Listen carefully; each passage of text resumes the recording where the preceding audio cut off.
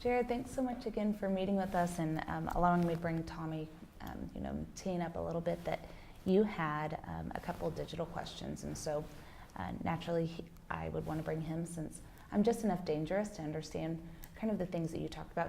But he's really like our expert. And so thanks for letting him join us today. You bet. Happy to have you both. Jared, if you had a magic wand and could fix like any 3 business issues in your business, what do you think that would look like? Magic wand, huh? Yeah. Okay. So fixing anything. I think I would increase my fleet. I would probably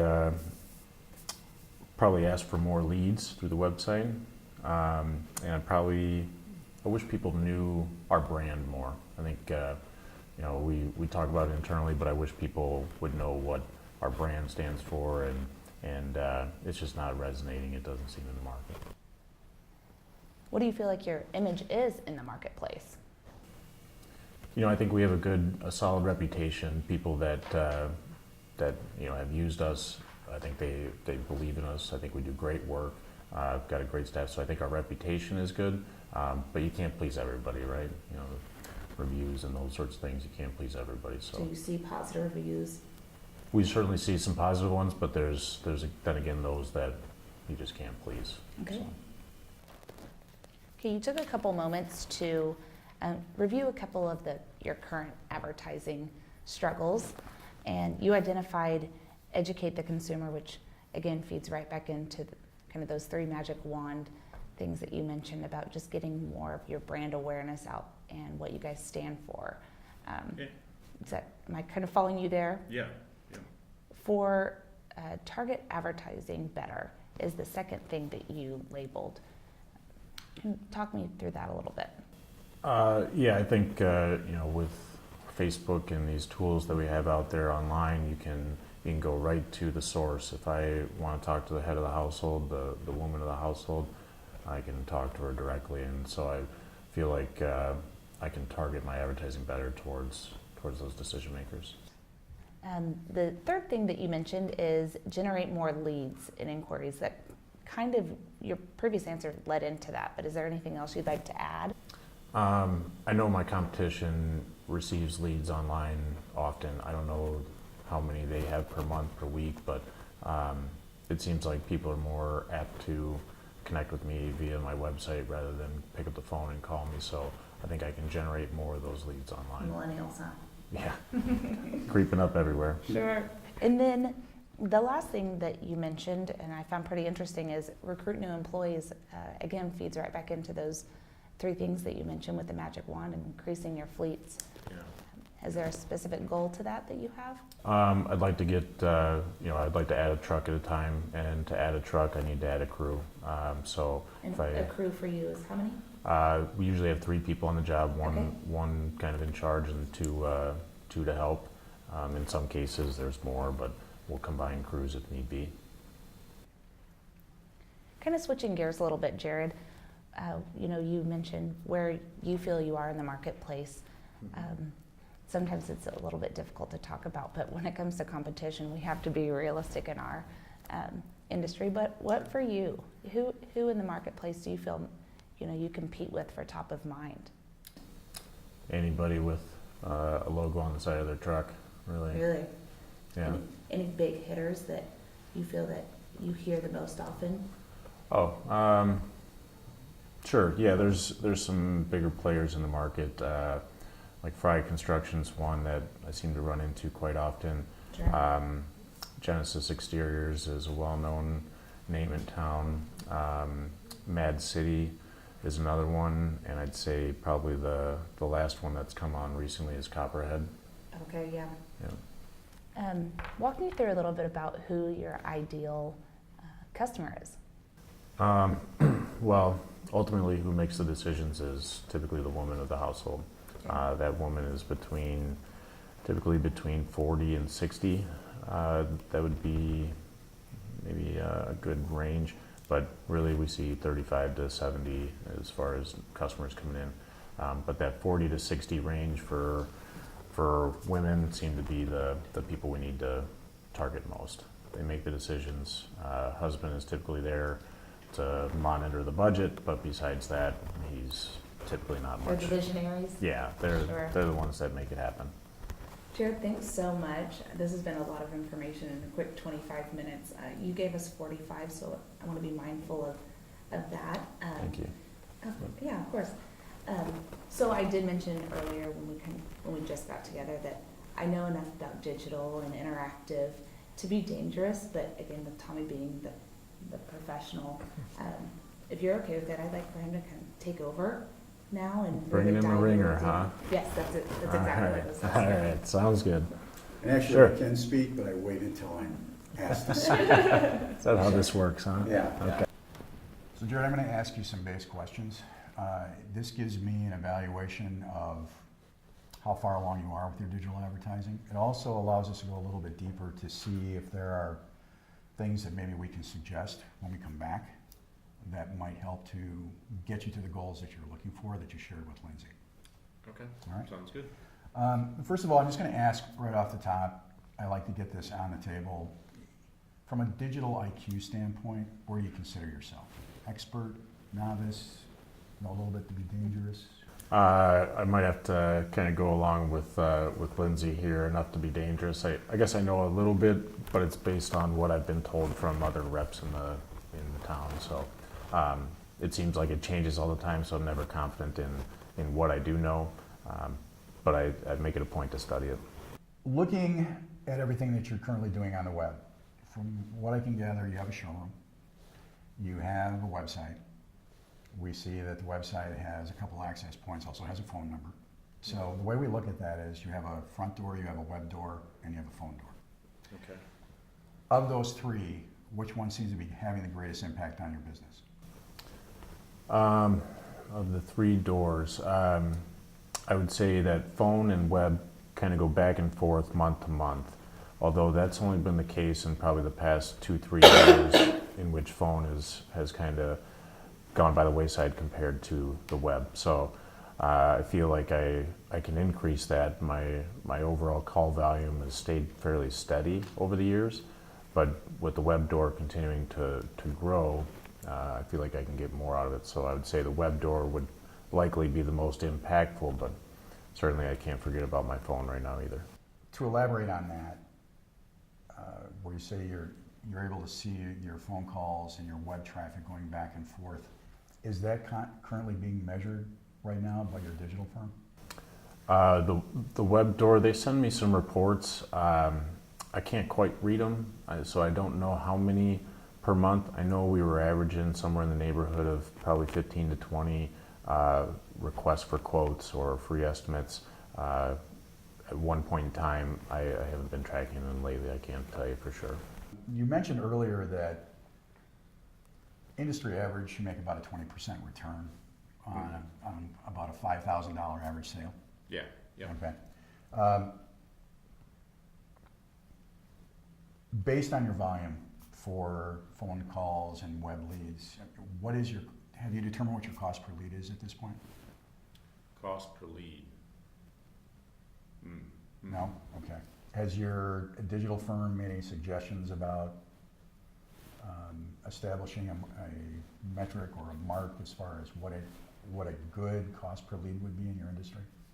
Well, we've used services in the past that would do phone calls and blanket the market, and our cost per lead at that point, I think they charged us $100 per good lead, qualified lead. I would beg to differ on how many qualified leads they gave us, but it was about $100 per lead when I was working through them. So I guess that would be a metric I'd shoot for. Okay. All right. So $100 per lead. Yeah. Now, you guys put together cost analysis or cost per lead analysis for clients. Is that what I should be focused on? We do, and we'll try to explain this a little bit further once we come back with the data. One of the things that I try to do is not to go too deep with some of the data right off the bat, because right now we're in a fact-finding situation. So, what I do appreciate all the information that you're sharing so far. The key with me is to make sure that when we take a look at everything, and I'm gonna ask a few more questions about how you're spending your money, Lindsay and I can go back, talk to our team, and then come up with what we would figure a good, viable, and realistic cost per lead can be for you, and then we'll show you how we got that information. Okay, All right? sounds I good. think you'll find it really interesting. Majority of people that we meet with, that's probably what they feel sets us apart so much is Yeah, figuring out that. I can't say Metric. that I've heard cost per lead and I've had a lot of recommendations from a lot of digital companies and cost per lead, I don't think I've boiled it down to that ever. And it brings me back to the phone leads, the cost per lead with them. And that was probably 10 years ago that we did that. So anyway, that's interesting. Going back to the website, we see that there is an email newsletter on the website right now. Are there other avenues that you're trying to pull leads in through the website? Obviously, you're trying to get, I'm assuming you're using the newsletter as a way of getting email addresses, but are you doing other things as well to develop leads or database leads? I guess, yeah, the newsletter, we hope, we share projects and hopes for inspiration, so we recommend it to all those in the tire kicking stage. It starts them down the path to becoming a customer to us. We feel like we share a lot of good ideas in that, but I can't say that I directly attribute the leads to that. I don't know that I can say that. But other ways that we go about getting leads is we do a lot of marketing and advertising in the market, as we kind of talked earlier about the different medias that I'm in. But we also, we spend money online to buy terms and leads. So that's where I'm thinking my leads are coming from right now. Not to creep you out, but I did a little bit of research on the web. So I'm going to ask if some of these numbers are accurate, okay? Okay. We see that you're spending, or did spend, some money with Google last month. According to what we can see, it looks like you had a budget of about $600. Is that correct? How did you know that? Well, we have some tools that we use Okay. that have, it does give me the ability to go in and look at some of the information on the web that relates to your business and can kind of show us, based on some historical data, how you're performing. So Interesting. a lot of times it's accurate, sometimes it's not. That's the reason why I asked the question, to see if we're on point with that. Well, I guess, I suppose outside of seeing my ad, I didn't know that you could look that sort of stuff up. Can you do that for competition as well? Yes. Okay. Well, the number is not accurate. I think we spent a little over 700 last month, and it fluctuates depending on the month we're in. We're in winter, so we did some things for ice dams, for gutters, in January here. So we did spend some money, but in other months we'll go beyond that. While we're on the subject, I mean, overall, what's your current digital spend online with all your resources? How much are you spending in marketing in digital? Oof. I guess it's hard to calculate it all. It's kind of in a few different places, but I'd say we're probably spending north of probably $3,000 to $4,000 a month in total.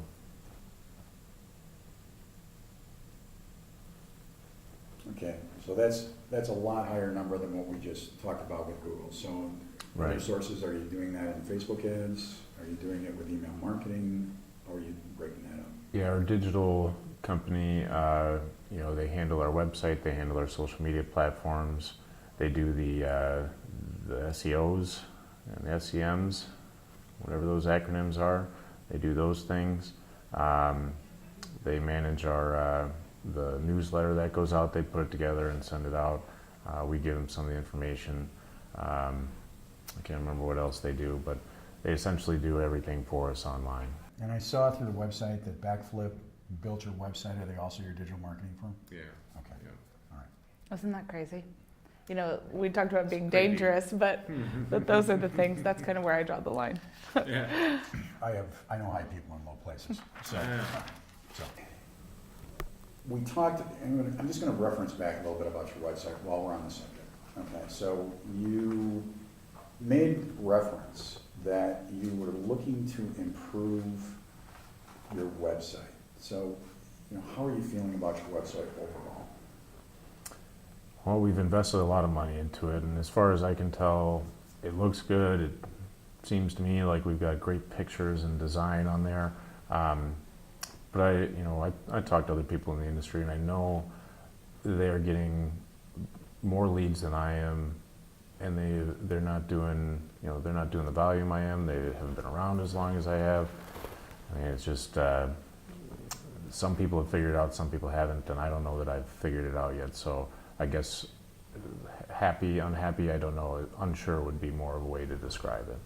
Okay, all right, so it's working okay in your opinion, but compared to your competition, you feel you should be doing a lot more. I feel like there's more opportunity out there, yeah. Okay, And I don't know what the next step would be to get there. okay. Social media, very quickly, we see that you're on social media. It looks like you're doing a ton on Instagram, Facebook, and you're doing a little bit on Twitter. They seem to be posting quite a bit for you, a pretty solid frequency. What we're not seeing is a lot of engagement, where we don't see a lot of people commenting on your posts. We don't see a lot of people sharing your posts out. How has social media been doing for you or in this situation?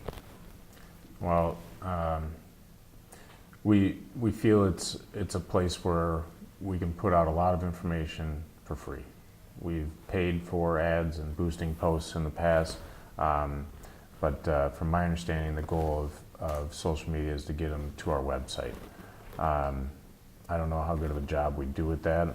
I can say that I don't really like the posts or look at them, but again, I'm not the expert.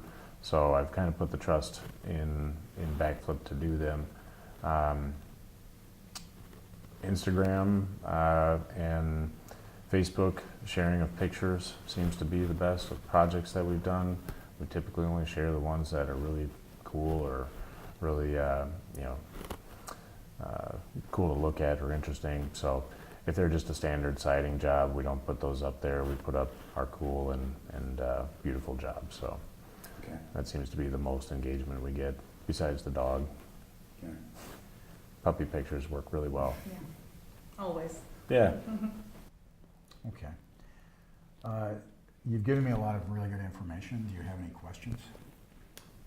No, I think I'm all talked out. You guys asked a lot of questions today, and I appreciate you guys sticking on time. It helps me with my day. So Well, thank you. I appreciate the time. I really do. It's been a pleasure getting to meet you, and I'm definitely going to take this information and go back and talk with my team. Okay. I think it's important, though, that we tend to look at this pretty deeply. We'll simplify it for you, but I'd like to get this information back to you in a reasonable amount of time, usually about a 10-day period, because the fresher it's in our minds, the more we can kind of collaborate and make some decisions from that standpoint. Sure. Would you be open to establishing a follow-up meeting for Lindsay and I, say in about next week, Thursday? What, you're gonna look into the analytics though, right? Yeah. You wanna just give me a call when you get done looking at that, and we'll go from there? I can, but I know my schedule, and I know Lindsay's schedule, and Thank you. And be cognizant of your time as well. I think it's important that I get this on the books now, so that we can focus on it and get the information back to you as quickly as possible. So, how does the 25th at around 10 o'clock look for you? Check my schedule here. 10 o'clock, you said? 10 o'clock on the 25th. All right, I tee off at 11:30. Is that okay? If we get out of there by 11? I'll make sure you don't miss your tea time. Thank you.